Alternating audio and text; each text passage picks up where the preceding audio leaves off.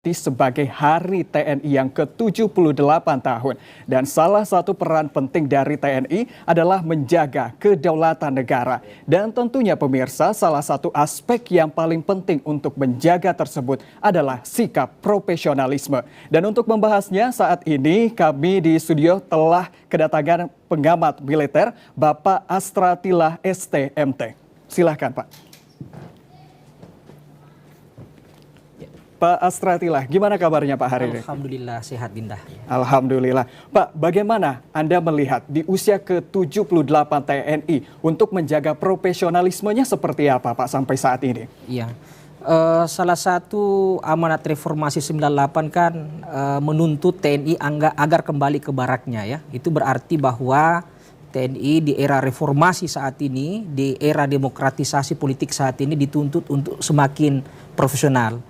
Dan itu sebenarnya disebutkan di dalam Undang-Undang 34 tahun 2004 itu ya, Undang-Undang tentang TNI. Di situ disebutkan bahwa Tentara Nasional Indonesia itu memiliki 4 jati diri. Yang pertama tentara rakyat, artinya Tentara Nasional Indonesia itu berasal dan ada untuk rakyat.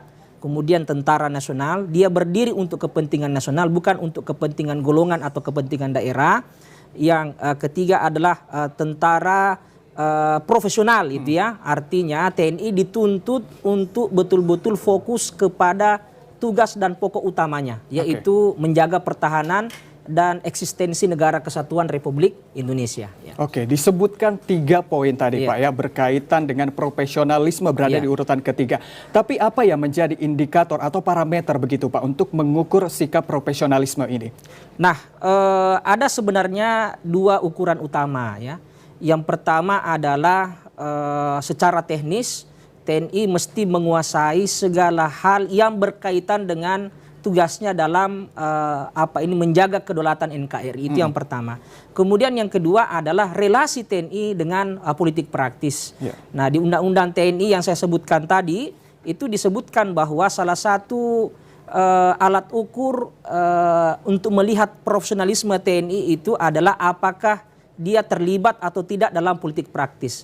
Tetapi di undang-undang itu dengan jelas disebutkan bahwa agar TNI profesional dia mesti berjarak dan tidak terlibat di dalam politik praktis ya. Apalagi salah satu tema dalam Dirgahayu HUT TNI kali ini itu adalah menjadi pengawal demokrasi menuju Indonesia maju. Menjadi pengawal demokrasi yang dimaksud di situ adalah profesionalisme atau netralitas dalam menghadapi kontestasi pemilu 2024 nanti. Oke, untuk menjaga netralitas TNI Pak, apalagi tahun depan kita akan memasuki tahun pemilu, itu bagaimana cara TNI untuk mengatasi hal tersebut agar netral begitu Pak, tidak bahu-membahu ataupun untuk ke sisi-sisi politik Pak? Betul. Nah, kalau kita melihat perkembangan politik kita akhir-akhir ini, memang ada beberapa purnawirawan jenderal TNI itu ya, yang menjadi elit partai bahkan menjadi bakal calon presiden ya. Memang sebahagian besar publik mengatakan bahwa itu berpotensi itu ya.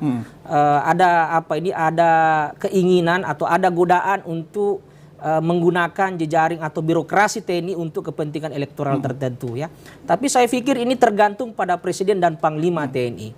Selama Presiden dan Panglima TNI tegas ya bahwa TNI itu mesti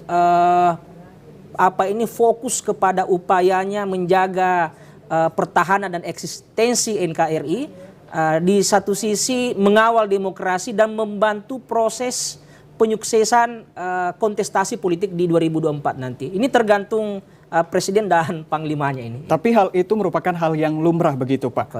Sisi-sisi seperti itu. Apakah memang ada perlu perhatian juga Pak bagi pemerintah untuk TNI begitu, untuk tidak terlibat dalam hal atau sisi-sisi politik begitu Pak? Kalau saya pribadi, kalau misalnya ada oknum yang ditengarai dia adalah prajurit aktif dan di lapangan memang terbukti terlibat dalam politik praktis, saya pikir Panglima mesti memberikan sanksi yang tegas itu ya. Itu bisa menjadi semacam trigger itu ya, deterrence effect kepada prajurit yang lain bahwa ya jangan macam-macam dengan tugas dan pokok Anda sebagai ya prajurit TNI ya.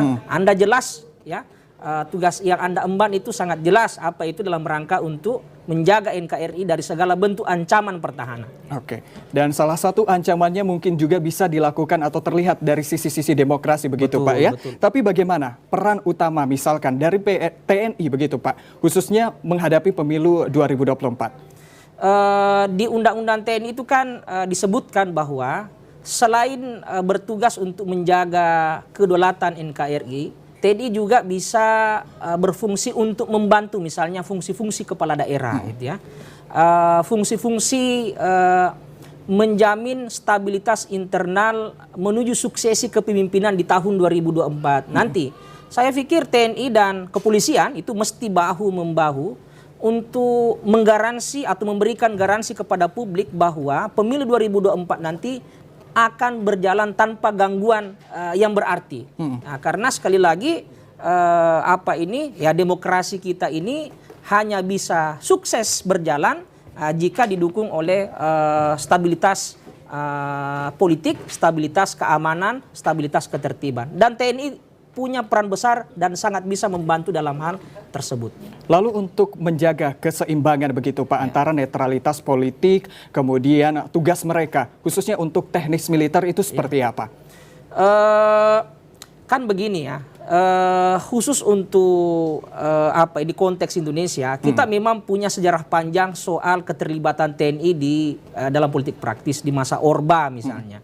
Nah sekarang ini kita sementara dalam proses ya untuk memastikan bahwa TNI ini benar-benar bisa steril itu ya dari lapangan politik dalam politik praktis. Saya pikir intinya agar TNI ini bisa profesional dalam menjalankan tugasnya, dia mesti berada di bawah supremasi sipil gitu ya. Jadi militer atau TNI itu merupakan instrumen demokrasi, dan dalam demokrasi kita yang memegang peranan penting itu adalah supremasi sipil. Jadi militer TNI itu hanya bisa berfungsi mengerahkan kekuatan di bawah supremasi sipil, itu intinya ya. Ya, jadi militer tidak bisa mengerahkan dirinya sendiri.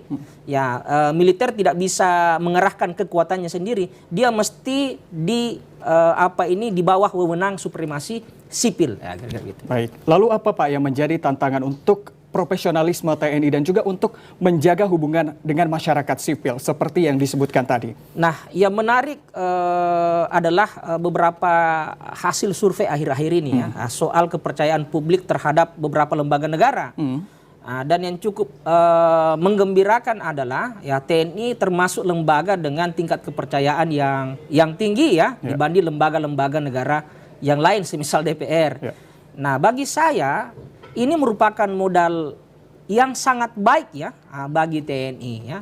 Sehingga untuk menjaga modal kepercayaan publik terhadap TNI tersebut, ya TNI mesti membangun relasi yang komunikatif dan humanis dengan masyarakat sipil itu ya.